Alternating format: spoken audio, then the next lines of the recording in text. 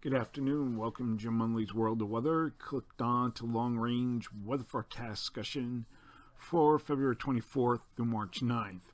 For February 24th to 28th, the flow continues to transition to a zone of flow with above normal heights across much of the country and a ridge in the west, and the trough will be in the east. As we come to the end of the period, this will be the 24th. You can see we have a trough here in the east. Heights remain below normal here across Alaska and Greenland. And during this period, this is probably a short forecast. During this period, we have a system here that will be diving through diving southeast through the Rockies, and I'm going to show you as we go through the models. And there it is, and this will induce low pressure to develop in the lee of the Rockies, and then move east-northeastward through the Great Lakes. Now you can see here, this is the GFS. This is the GFS. We'll go back here to Monday and so forth, and you can see that we have a little mixed precipitation, snow here occurring across parts of the plains, and then we'll have rain here, and this will be bringing more rain to areas that don't need any more rain due to recent rains of the past few weeks. And soil moisture remain very wet, and any additional rain will result in some flooding. And then this system will lift northeastward west of the mountains, and this will bring snow here across the Great Lakes.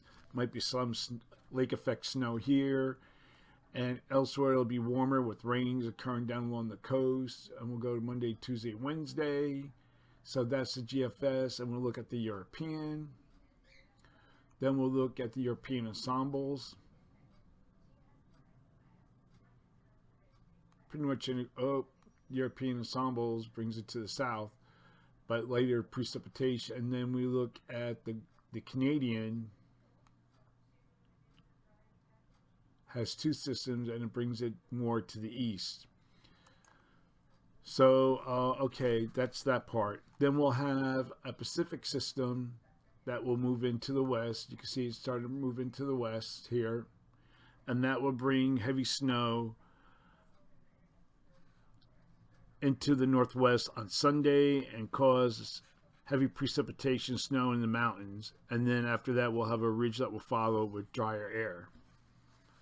Okay, now we're going to look at the period for February 29th and March 4th.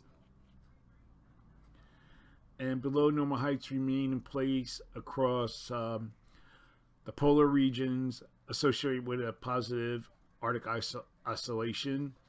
And a ridge is forecast to the Northeast Pacific that will push into the west, and the trough is in the east. Miles, pretty good agreement. So for this forecast period, I am forecasting above normal temperatures here, and I'm forecasting anomalies of 2 to 4 degrees above normal. Below normal temperatures forecast here, and I'm forecasting anomalies of 4 to 6 degrees below normal. For precipitation, calling for below normal precipitation for much of the nation, and the probability of occurrence is 35 to 45%, and of course the greater anomalies will be in the darker brown. Okay, this is for the period from March 5th to the 9th. And the ridge slides inland into the west. The trough extends from northern Canada. You can see right here. Oops, let me show you more. Right here, extends from the northern regions into the east central states. So taking a look at this, some of the models, like this is the NAEFS, slides it to the mostly a zone of flow, and then we'll look at the European ensembles and so forth. They're all showing somewhat of a trough here in the east.